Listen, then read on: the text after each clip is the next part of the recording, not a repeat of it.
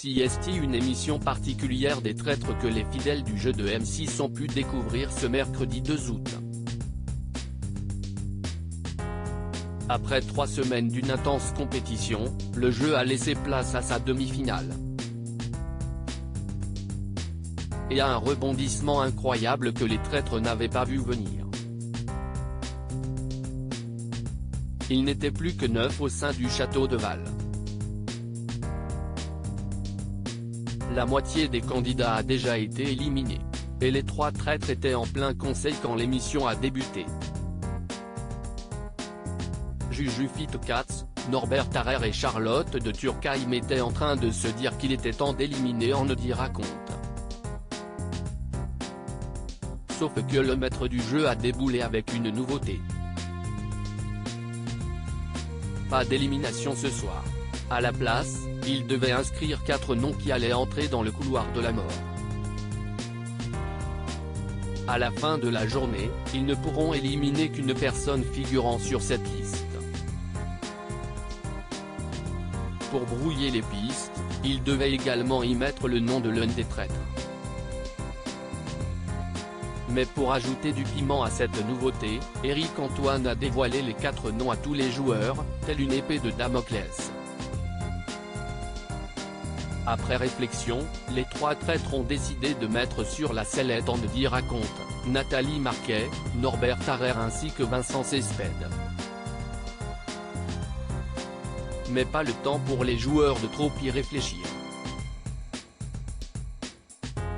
Par groupe de 3, ils étaient attendus pour des jeux qui leur permettaient, ou non, d'accéder au grenier, un lieu dans lequel d'anciens éliminés ont déposé les indices récoltés sur les potentiels traîtres.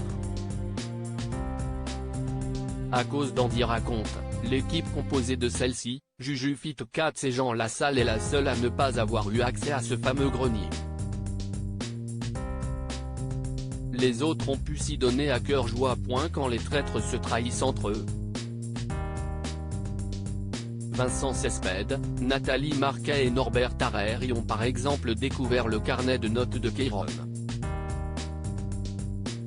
Si le philosophe était aux anges de le trouver et d'y voir ses annotations sur Charlotte de Turckheim, il s'est finalement braqué et a descendu en flèche les suspicions de l'ancien candidat lorsqu'il y a vu son nom inscrit. Dans un message audio, Natacha Saint-Pierre a quant à elle évoqué Guillaume Play, tout en faisant un lien avec Charlotte de Turckheim et Nathalie Marquet qu'il n'a jamais essayé de convaincre. Mais aussi Andy. Laura Flessel a mis en garde ses anciens camarades sur Charlotte de Turckheim, Nathalie Marquet et son fils Tom Pernaut. De quoi échauffer quelques esprits avant la table ronde. À l'instar de ce qu'il a fait pour Vincent Desagna, Cespedes a fait du matraquage pour éliminer Charlotte de Turckheim. Tom Pernaut a quant à lui révélé à Juju Fitcats avoir des doutes sur elle, Norbert Tarrer et Charlotte de Turckheim. S'il ne le sait pas, il a vu juste, mais sera-t-il suivi par ses acolytes loyaux? Pour sauver sa peau, Juju Fitcats a préféré sacrifier sa collègue traître. À l'issue de la table ronde, CST donc Charlotte de Turckheim qui a été éliminée. Mais elle n'a pas manqué d'attaquer ses camarades de partie avant de partir. Je pensais que, nous les traîtres, nous étions solidaires et donc je vous laisse avec cette dernière perfidie. Vous m'avez trahi, les traîtres. Et CST en larmes, culpabilisant de l'avoir sacrifié, que Juju Fitcats a retrouvé Norbert Tarrer lors du conseil des traîtres.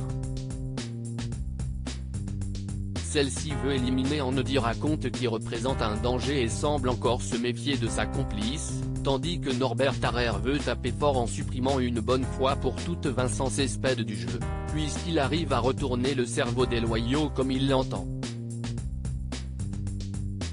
Quel sera leur choix final? Réponse la semaine prochaine, mercredi 9 août.